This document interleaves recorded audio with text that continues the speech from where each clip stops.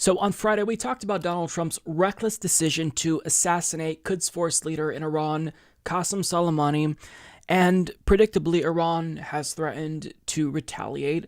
But it's been days since this took place, and I don't think Donald Trump, even now, knowing what we know, grasps what he did, the gravity of the situation. I mean, he galvanized the entire country of Iran because this was someone who was iconic in Iran. And as you can see from this video footage here, courtesy of Amal Saad, thousands, possibly millions, came out to stand in solidarity in Iran with Qasem Soleimani, and State TV estimated that millions of people actually came out. Now, they're not necessarily the most reliable resource, obviously, but nonetheless, you can see for yourself here that there are a lot of people who are showing support for him. And, even though Iranian citizens are not as theocratic as their government, they're more egalitarian and secular than I think most Americans realize.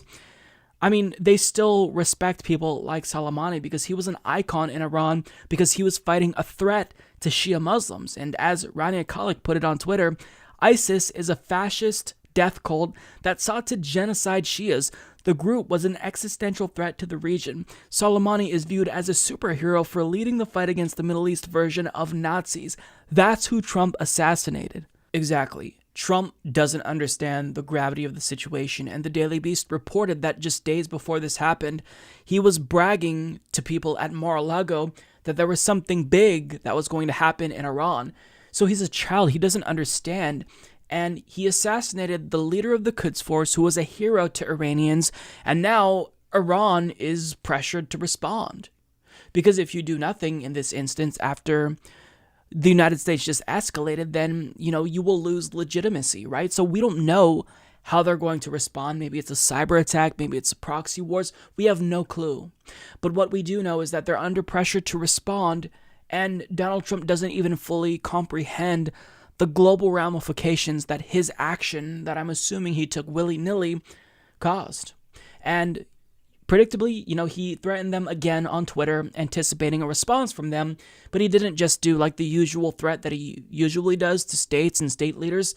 He literally broadcasted that he is intending to commit war crimes in Iran if they do respond, saying, "Let this serve as a warning that if Iran strikes any Americans or American assets, we have targeted 52 Iranian sites, representing the 52 American hostages taken by Iran many years ago, some at a very high level and important to Iran and the Iranian culture. And those targets and Iran itself will be hit very fast and very hard.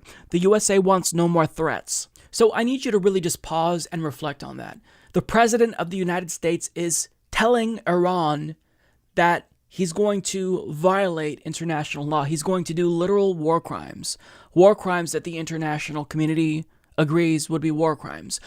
Things that Donald Trump and his administration agreed constitute war crimes, literally. Because as CNN's Eric Levinson reports, an attack on a cultural site would violate several international treaties and would likely be considered a war crime. In 2017, for example, a United Nations Security Council resolution condemns the unlawful destruction of cultural heritage, including the destruction of religious sites and artifacts. That resolution came as a response to the Islamic State's destruction of a number of major historic and cultural sites in Syria and Iraq in 2014 and 2015. The UN was clear then that actions targeting cultural locations constituted a war crime.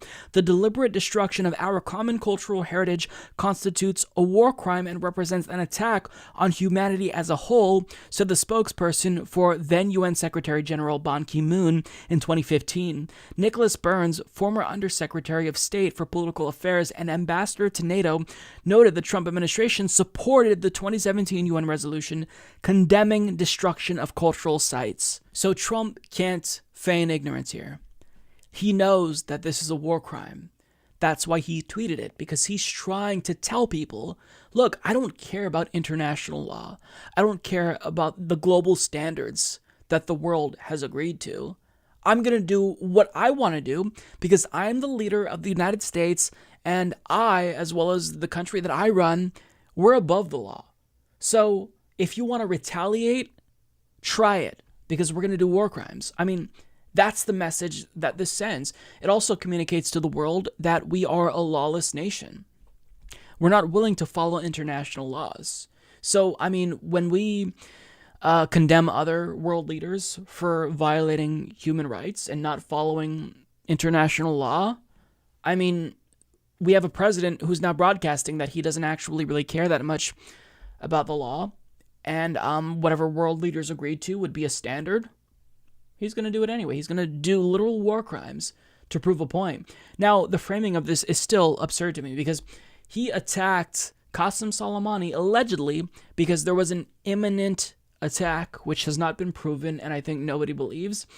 So, therefore, the killing was justified, and since we were acting in self-defense, well, any response is illegitimate and therefore an attack on us. That's not a retaliation. They're the ones who are instigating the attack. Like, that's the mindset. Like, it's delusional. Like, I don't care how nationalistic or patriotic you are as an individual. If you don't see through this, you are delusional. We are the most narcissistic country in the world, and we think that there are no consequences for our actions. And whenever we do something, well, if our action militarily provokes a response, we're still the victim even if we initiated that. There's just no standards. We can do whatever the fuck we want, and that's that. I mean, is there much talk about this in the media? I mean, a little bit, some murmurings here and there, but I mean, the president just admitted he's willing to do a war crime. That should catalyze some type of response. I don't know what would be the appropriate response, but something other than fucking crickets. But thankfully, there are people who are trying to stop further escalation. Khanna and Bernie Sanders predictably are being leaders in this situation, and as Tal Axelrod of The Hill explains, Senator Bernie Sanders and Representative Khanna on Friday introduced legislation that would block funding for any offensive military force in or against Iran without prior congressional authorization. The legislation from the lawmakers, two of the most progressive members of their respective chambers, came after the U.S. launched an airstrike in Baghdad that killed Qasem Soleimani, Iran's top general. The attack and Tehran's vows of retaliation sparked fears that the already combustible situation in the Middle East could lead to a war between the U.S. and Iran. Today, we are seeing a dangerous escalation that brings us closer to another disastrous war in the Middle East, the lawmakers said in a statement. A war with Iran could cost countless lives and trillions more dollars and lead to even more deaths, more conflict, more displacement in that already highly volatile region of the world. At a time when we face the urgent need to rebuild our crumbling infrastructure, to build the housing we desperately need, and to address the existential crisis of climate change, we as a nation must get our priorities right, they added. We must invest in the needs of the American people, not spend trillions more on endless wars.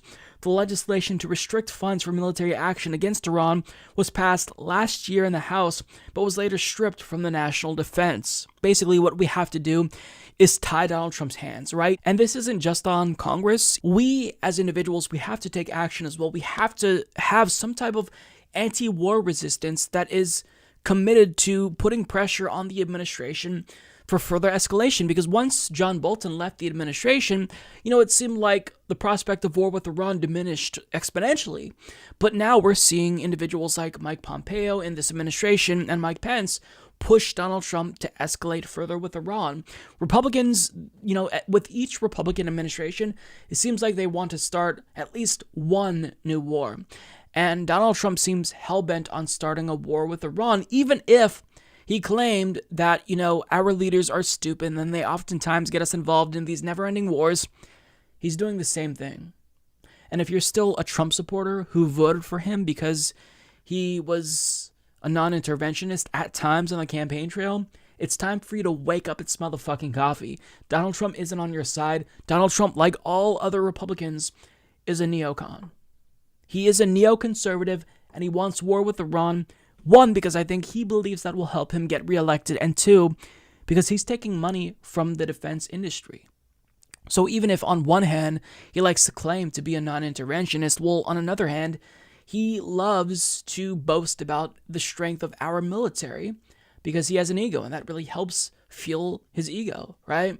So we should be trying to tie Donald Trump's hands, and yes, pressing for more transparency, and also the media should be doing their job here and also asking him, where are we going to get the money to pay for another war, right? Because we often ask progressives, how they're going to pay for Medicare for all, but we never ask Republicans or Democrats for that matter how we're going to pay for more wars. We just live in a country that all of our priorities are asked backwards, and it's getting to the point where it's comical, right? It's why comedy in the Trump era is dead, because reality in and of itself is a parody. It's so strange.